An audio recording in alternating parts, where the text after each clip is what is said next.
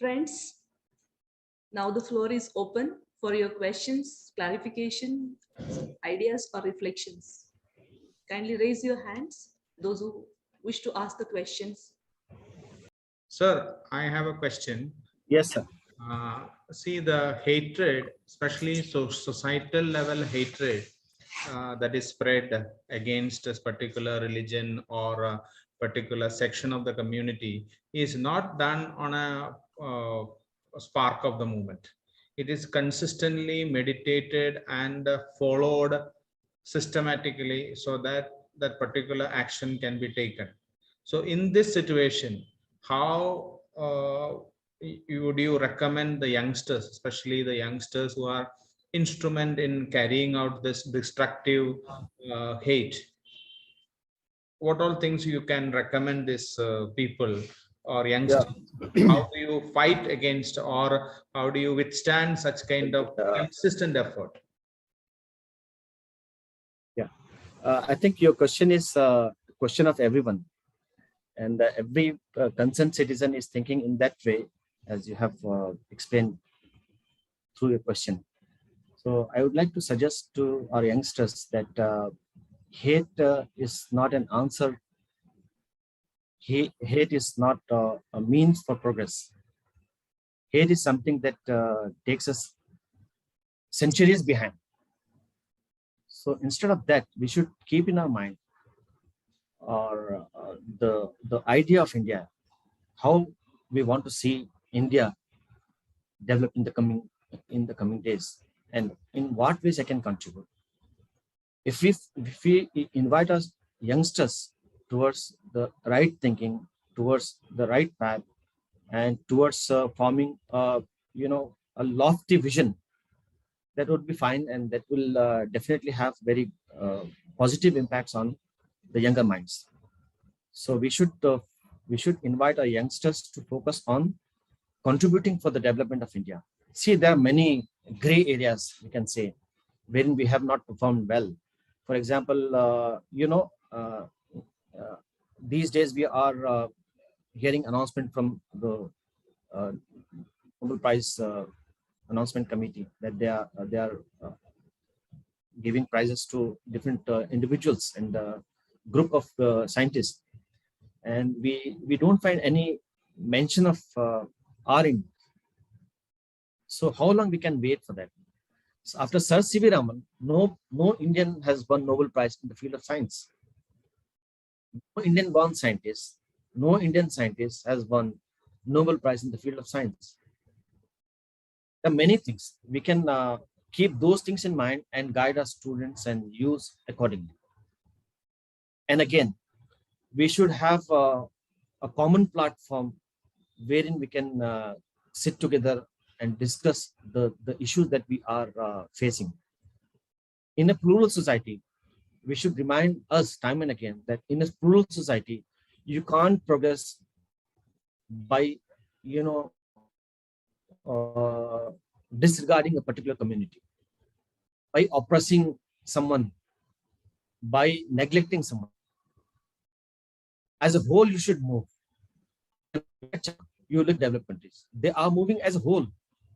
It's an irony that we are finding here in India that the hate is prevailing, but it will not prevail for a longer time. The many noble souls who are expressing their anger at this atmosphere here in India. So the multiple fronts wherein we can focus. One is that we should organize our youths and students for some noble and lofty vision.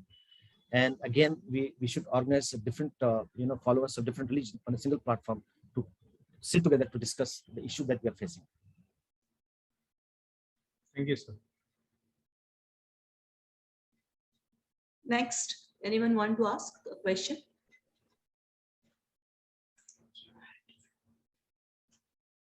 Kindly raise your hands, those who want to ask a question.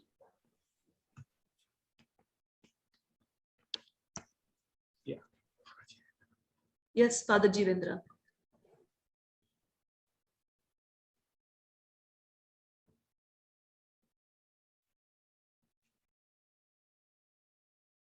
Father, you have to unmute. You are not unmute. Yeah. Sorry. One of the topics that you mentioned, one of the points that you mentioned is about human dignity. What is the foundation of human dignity in Islam? And how do you convince people that we have the dignity? From where does it, from where does this dignity come from?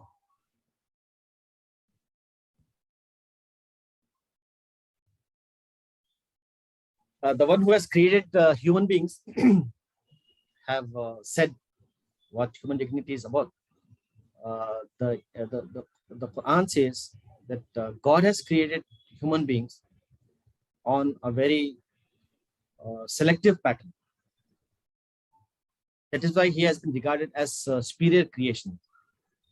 From all the creations, human beings are superior because they have been created in an excellent pattern. لَقَدْ خَلَقْنَا الْإِنسَانَ فِي أَحْسَنِ تَقْوِيمٍ. God says we have been created human beings on an excellent pattern. So you can confirm that excellent pattern by looking at the qualities, the characteristics that humans have. There are many things you can explain this in this regard. Number one, God has created human beings on his face. God doesn't have any face, but face represents power. Face represents qualities. Humans have got divine qualities. He is merciful, you can be merciful. There is a huge difference between God being merciful and human being merciful, but they are merciful. He is provider of sustenance, you can provide. He is a forgiver, you can forgive. So God has created human beings on his face. That means you can possess divine qualities. The Prophet has said, human beings have been created on the face of God. God doesn't have any face, but face represents here qualities. Number two, God has given heart to every human being that distinguishes between good and bad. And this is universal truth. Truths are truths, lies are lies. And if we speak the truth, everyone appreciates. If we speak lie, everyone will not appreciate. Why this is so? It is because God has given a heart to every human being that helps him understand what is good and what is bad. God has said. And third one, the important thing is that God has given knowledge to human beings. With the light of knowledge, they have entered the earth domain.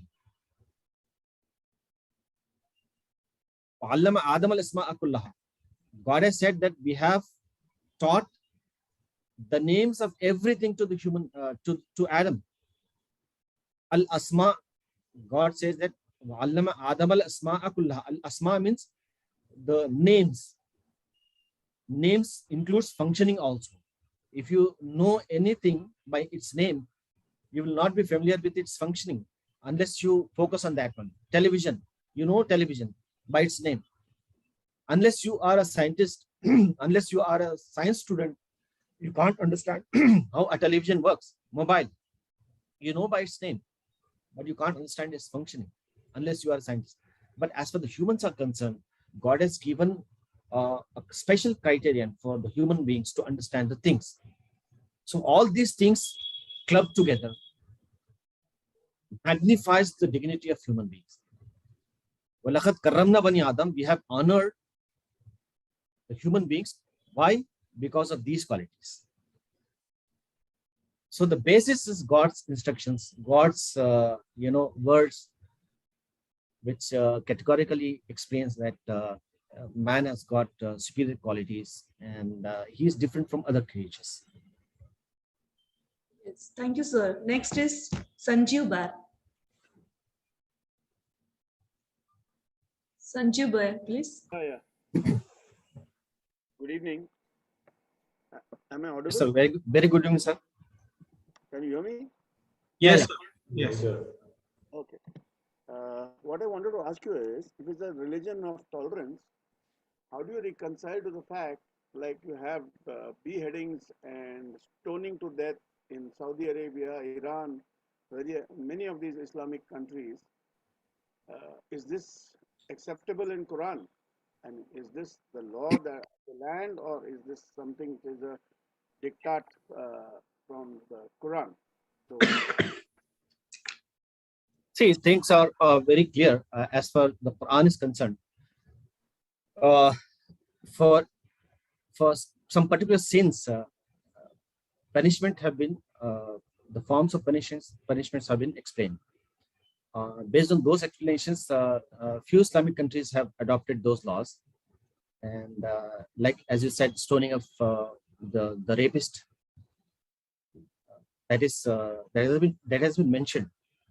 And if you follow that one, it will create a kind of havoc in the society, a kind of fear in the society, that no one will dare to commit that sin again, that crime again, because the person who has committed that crime has been stoned to death before his eyes. So you can understand the dignity of human that Islam portrays.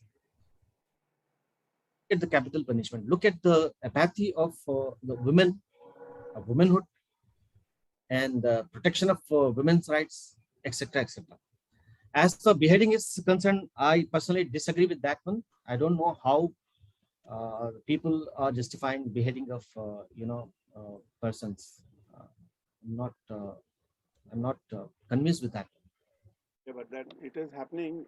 People are being beheaded in Saudi No, Arabia. we disregard those things which have not been mentioned in Quran and Sunnah. As far the capital punishment of rapists is concerned, it is mentioned there, and we justify that one. Even many have said that one should have capital punishment over here so that we can prevent rapes. No, no, that may be in the Sharia law. You're talking about Sharia laws, right? Yeah. Now, does the Sharia law conflict with the law of the land? Like, for example, in our constitution, there is no such thing, or the Indian Penal Code, there is no such thing as stoning to death or beheading and all that. So, how do you sort of reconcile with the fact that this somehow the other? No. Islam doesn't compel its followers to, uh, put behind the land of the law and go for the Sharia.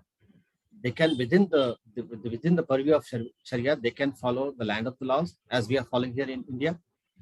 As for the framework of Sharia is concerned, within that Sharia, if any laws is there, we can definitely follow. Nothing is wrong about that. No, what I wanted to say was, when there is too much of oppression, what happens is what's happening in Iran today. Most of these ladies there, the girls there, are discarding their niqab and burqas and chadars and all that. There's a tremendous amount of upheaval going on there. And right now, because they do not want the international community to see what's happening in Iran, they've cut all internet connections, and you cannot see what's happening there, because a lot of this thing was being posted on social media, and they were showing that niqab burning, and the women were cutting their hair and coming out open.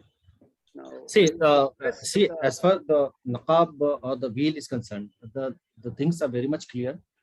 It has been explained at length how a woman can have her niqab. I'm not actually aware of the actual situation prevailing over there. What media presents here, I can't say that we can believe 100% that is right. no, So we are not sure what's going on over there. As far the principal stand is concerned, be it Iran or any other country, you are not you are not entitled to force a person to follow the rules of Islam. La ikraha fi din. The God has said that there is no compulsion in Islam. Islam is the whole laws.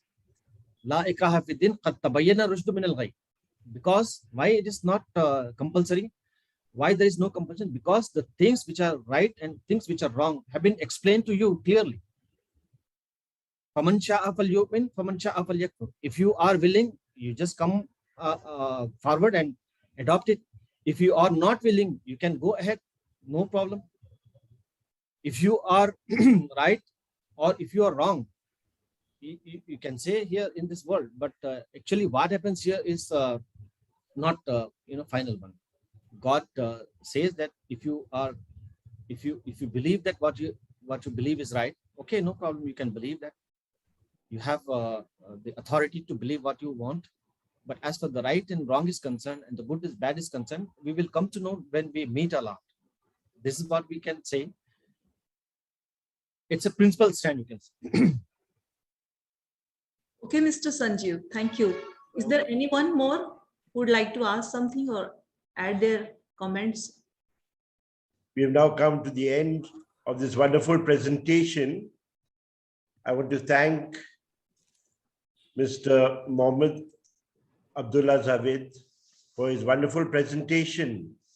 And while listening to him and the whole understanding of how to respond to violence and hatred with love, I was thinking of the whole teaching of Gandhiji on ahimsa. And I never realized there was so much of similarity. Thank you. That was an important point. I think one of the issues is always that while prophets have taught us different truths, while society evolves, our interpretation of those truths keep changing. And I think that is where the tension comes, the misunderstandings can come. I want to thank you very much for this enlightening presentation. I also want to thank Sister Marina for being the moderator for this evening. I want to thank the entire audience, and of course, Mr. Gilby John, our technical expert, who's always here. So thank you one and all. Our next program, we will listen to the topic will be dealt with from the perspective of Jainism. We have Dr. Sunita Jain speaking to us on the 22nd of October at 6 o'clock. So please mark it. So 22nd September, October at 6 o'clock, we will listen to this topic dealt with from the Jain point of view. So welcome all of you once again, and thank you for participating in our program. Good night. Secondly, also 1 minute, tomorrow is also the birth of the Prophet. So Eid Mubarak to Mr. Abdullah and to everyone else who's participated in this function. Good night and God bless. Thank you.